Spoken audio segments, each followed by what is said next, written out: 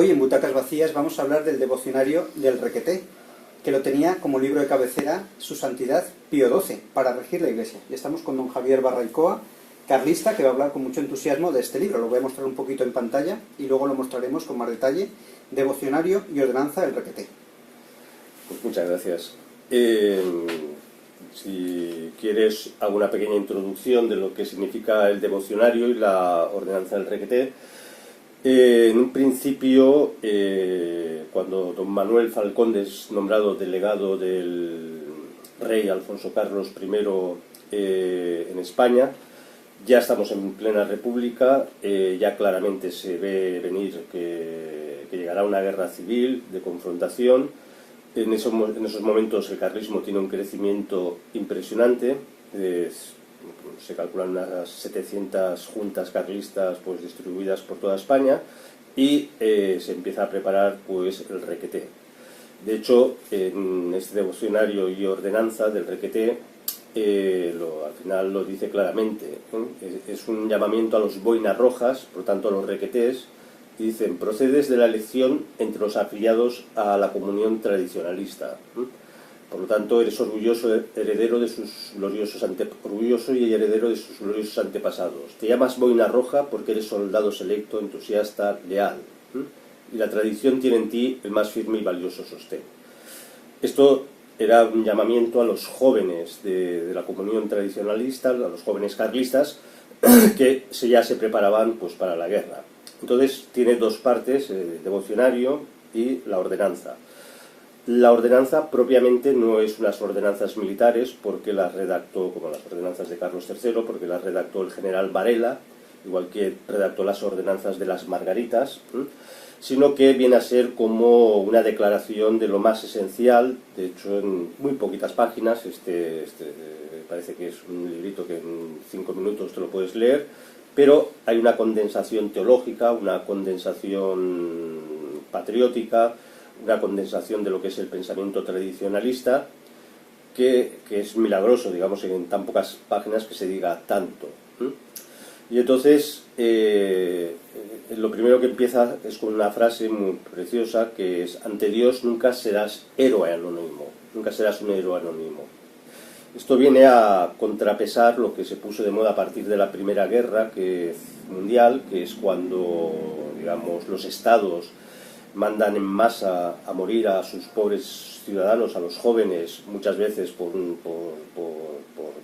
cuestiones absolutamente materiales y contra todo ideal y nada patrióticas.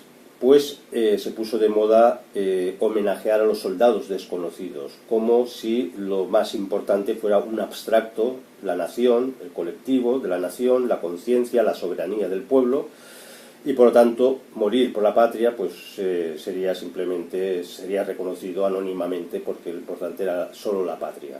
En cambio, aquí hay un salto mucho más trascendente, que es que ante Dios nunca serás héroe anónimo. Puedes morir en las trincheras, a lo mejor podrás morir sin que nadie te pueda enterrar, a lo mejor nadie te podrá nunca ya reconocer, pero ante Dios nunca serás héroe anónimo. Y a partir de ahí pues tiene como una pequeña estructura que, si te parece, pues podemos ir comentando. Hay un preámbulo que es al Requeté. El Requeté son los herederos de todos aquellos carlistas que durante todo un siglo, desde 1833 prácticamente hasta el último movimiento o alzamiento carlista en 1901 en Badalona, pues se fueron levantando en armas contra los regímenes liberales, revolucionarios, y fueron restaurados por el rey don Jaime, que era el hijo de Carlos VII. Entonces se les llama reforma o restaurar el Requeté, porque en aquella época, hablamos también de esos principios del final, mejor dicho, de la monarquía liberal y de principios de la Segunda República, donde la constante violencia en las calles pues pone en peligro pues los círculos, pone en peligro muchas veces las iglesias, pone en peligro los conventos, y se crea pues una fuerza pues para poder defender. Pensemos que cuando en la Segunda República se iba a votar, pues las monjas o los frailes que tenían que salir eran muchas veces escupidos, eran apedreados, y los requetés pues les defendían, o por las noches hacía guardias en las iglesias para que no fueran quemadas. Entonces hace esta apelación a los requetés.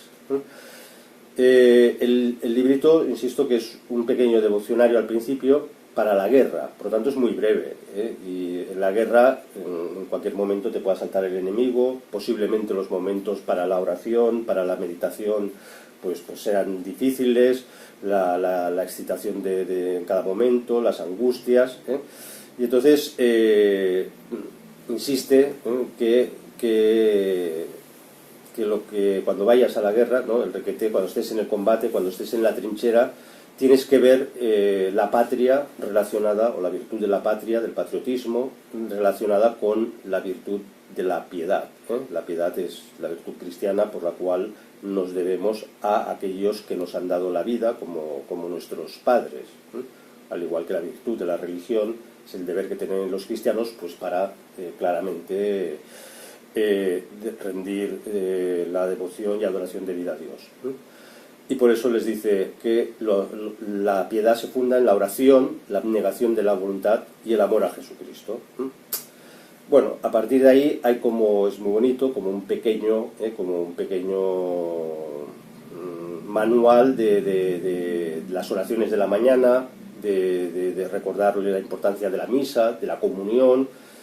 Dice, busca en cualquier momento, siempre que necesites confesarte, pues confiésate, en la dificultad evidentemente de las guerras, intenta asistir a la misa, se dicen las oraciones de la mañana, o se enseñan cortas pero eficaces oraciones para la mañana, para mantener una presencia de Dios durante el día, también para el examen de conciencia al anochecer, las oraciones de la noche, y la devoción a la Virgen. Aquí es muy bonito porque también insiste que todo requeté, sabemos que los requetés llevaban pues el detente bala, era el Sagrado Corazón, y no solamente el detente, sino que pues por devoción popular, me atrevería a decir que prácticamente todos los carlistas, todos los requetés llevaban el escapulario del Carmen.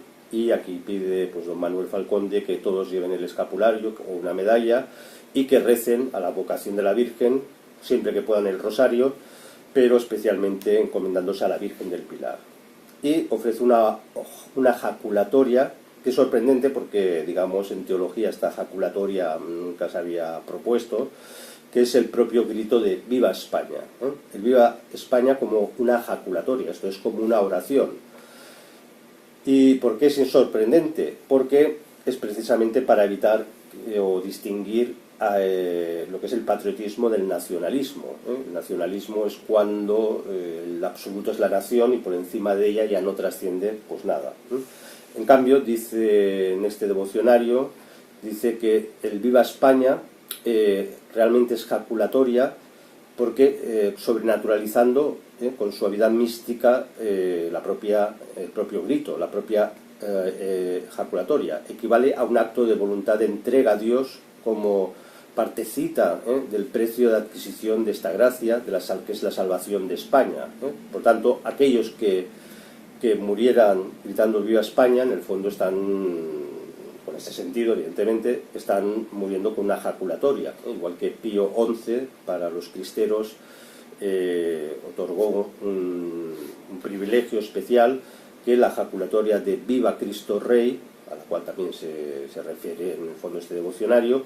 La devoción de Viva Cristo Rey conllevaba, en caso de guerra y de muerte inmediata sin posibilidad de confesión, pues digamos te abría las puertas del cielo. Entonces esto es muy bonito. También habla de la caridad que hay que tener, porque hablamos de casos en situaciones de guerra, con los heridos, con los muertos, con los que dicen tierra a los muertos, esa famosa obra de caridad que nos parece absurda y tonta, ¿no? Entierra a los muertos. Pues en la guerra la humanidad, el amor, la fraternidad, la caridad también se tiene que demostrar con los muertos. es muy bonito, un trocito muy pequeño, como dice, ¿cómo te prepararás ante la muerte, ¿no? Si vas a la guerra, hay muchas probabilidades de morir, y entonces da esos consejos. Si llama a un confesor, si no lo encontraras, haz un acto de contrición perfecto. Confían en la misericordia inagotable de Dios y de la Virgen, besa su medalla. Dice, no temas, descansa en la paz de Cristo como el que duerme, porque el que muere en Dios descansa para siempre.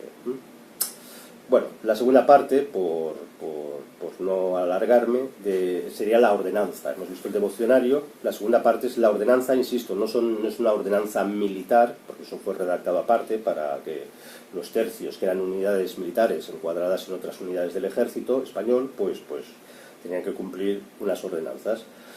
Pero la ordenanza, lo que aparece aquí es como el preámbulo de por qué sentido tiene la lucha, ¿no? Y empieza, es un cántico al trilema de Dios, Patria, Rey, en un principio, y empieza así: tú, boina roja, eres soldado de la fe y de la santa causa tradicional. Y entonces dice, esta ordenanza fija tus deberes, exalta tus principios y te encuadra para ser útil.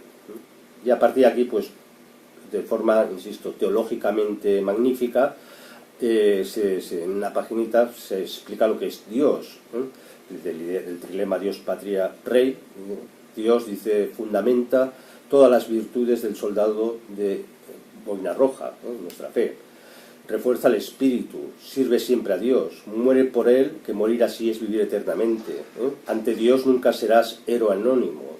La tradición habla a tu alma, este es un trozo muy precioso, la tradición habla a tu alma, purifica tus sentimientos y te acerca a Dios. Ella te enseña a amar a la Iglesia. Esto son unas líneas sencillísimas, pero preciosas, y de un contenido teológico pues impresionante. Tú, soldado de la tradición, habrás de tener puesto en el reino de Dios. Respecto a la patria, también, como unas pinceladas muy preciosas, que es toda una síntesis de lo que sería una teología de la historia.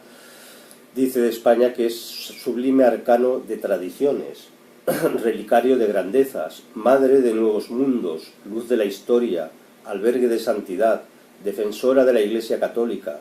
España sin la cruz dejaría de ser España. Y dice, acaba con una famosa frase, que es: estúdiala para conocerla, conócela para amarla, ámala para honrarla. En estas pequeñas frases vemos, digamos, la grandeza de España frente a esa leyenda negra, esa leyenda antiespañola, antihispana, que ha ido deformando los espíritus cuando se ha ido enseñando pues a los jóvenes. Respecto a la monarquía, muy brevemente distingue entre lo que es lo que debe ser la verdadera monarquía, continuidad de los gloriosos destinos de España, antiliberal por naturaleza, antirrevolucionaria, guardadora del derecho, la justicia, la jerarquía, y deja muy claro, y esto es muy bonito porque sintetiza algo tan complejo en la teología política como es el papel de la monarquía, lo que representa. Dice, si no hubiera habido rey, nunca hubiera habido patria, porque en el fondo en el rey se consagra, dice, la autoridad. El rey es el padre de los españoles, por lo tanto también se visualiza la paternidad que viene de Dios sobre los hombres y sobre las naciones. Y si no hubiera habido reyes, pues no hubiera habido instituciones. Si no hubiera instituciones, no hubiéramos dejado de ser pues un conjunto de tribus, como tantos otros pueblos. Y acaba diciendo, el primer soldado de la tradición es el rey de la patria. Ahora que estamos acostumbrados a ver a los reyes que se esconden ante los problemas, que no quieren asumir responsabilidades, que no pueden tomar ni siquiera decisiones constitucionalmente porque han rendido toda su autoridad a un sistema precisamente para que no ejerzan su autoridad, pues aquí se expresa que el primer soldado es el rey.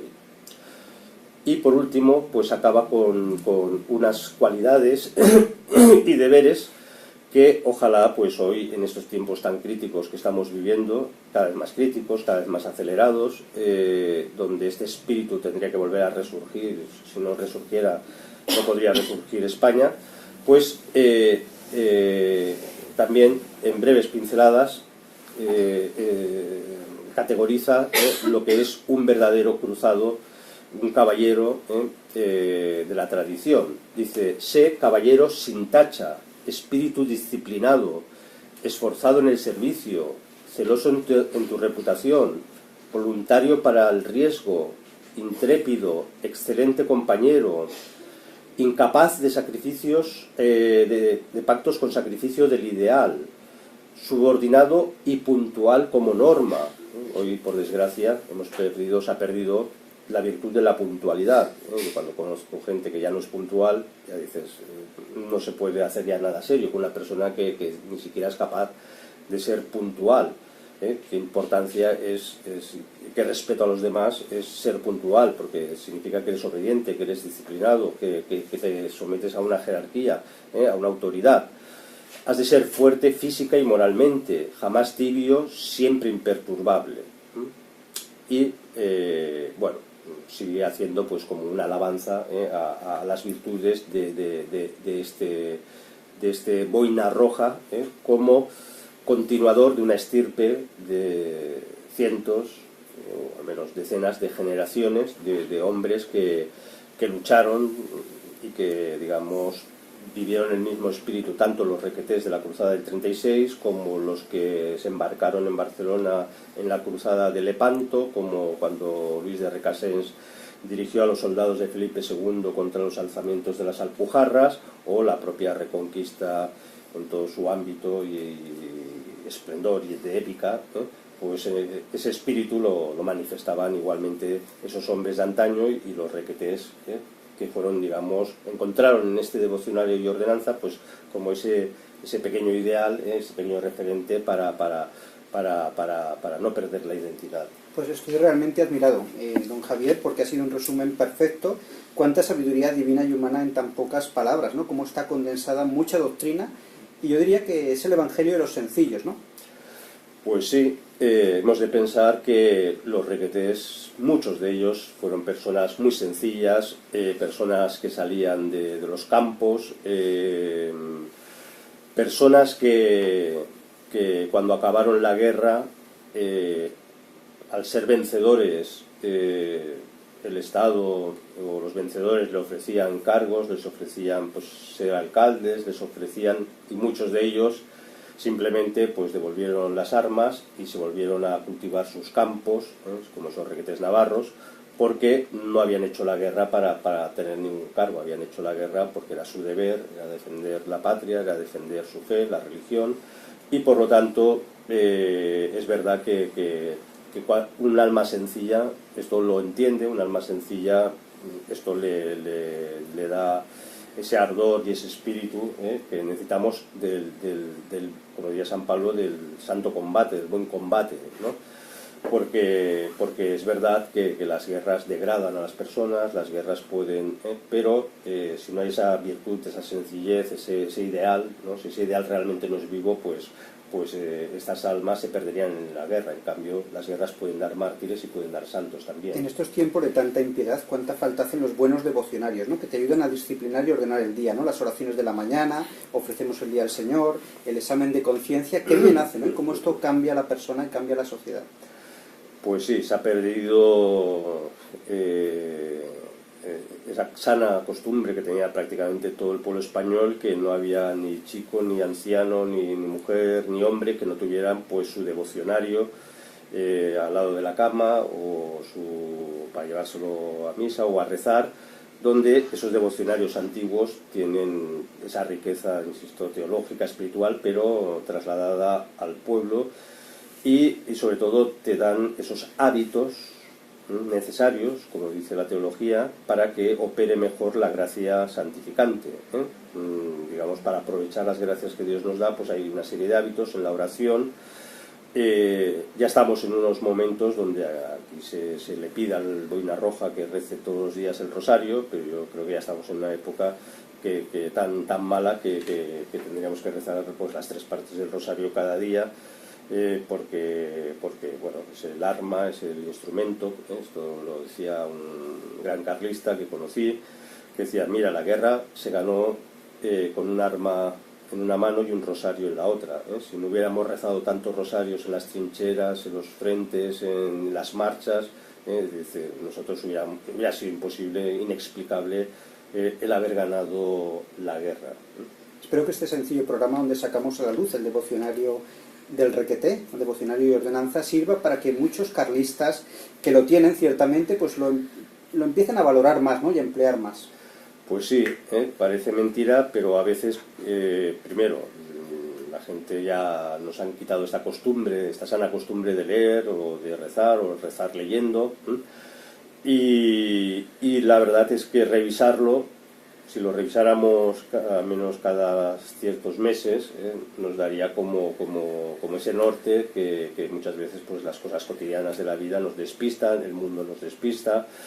Y aunque no estemos en guerra, al menos en guerra explícita, estamos en un combate espiritual que veremos cómo acaba, es necesario forjar las almas y los espíritus para estar siempre dispuestos al sano combate que decíamos antes, ¿no? Y entonces este libro es como un constante redescubrir pues tu compromiso, tus deberes, la grandeza que estás defendiendo, que no te hace grande y soberbio, sino que precisamente es grandeza porque la defienden los humildes. Porque son unos ejercicios espirituales condensados, ¿no? Muy condensados, incluso vemos lo de principio y fundamento también, ¿no? Aunque no se refiere propiamente a lo de San Ignacio, pero sigue un poco el mismo esquema. Sí, don Manuel Falcón era un hombre de una fineza espiritual impresionante. Él venía del Partido Integrista y que luego, pues, ante el desafío de la República se une con el carlismo, y él pues tenía pues claramente este esquema, ¿no? Y recuerda mucho como los ejercicios espirituales, San Ignacio, que por cierto es un librito pues bien breve, del cual pues prácticamente se puede sacar la teología más profunda y la conversión y transformación de las almas. Entonces, en este sentido tiene este carácter también práctico, que es imprescindible en un mundo donde estamos hoy pues ahogados pues por miles de tecnologías, de mensajes, de cosas que nos despistan, nos entretienen y nos impiden pues mirar al cielo, ¿no? Tiene ese carácter ignaciano y guerrero, y voy a terminar el programa con una sencilla oración. Señor y Dios mío, yo desde ahora acepto de vuestra mano cualquier linaje de muerte que queréis enviarme, con todas sus angustias, penas y dolores. Yo creo que es muy bonito, ¿no? Poner toda nuestra vida en manos del Señor en estos tiempos que estamos, para dar la vida por Él si hace falta. Exactamente. Y solo para acabar o rematar, en el fondo este devocionario y ordenanza es como un manual para el bien morir, para el bien morir y morir santamente.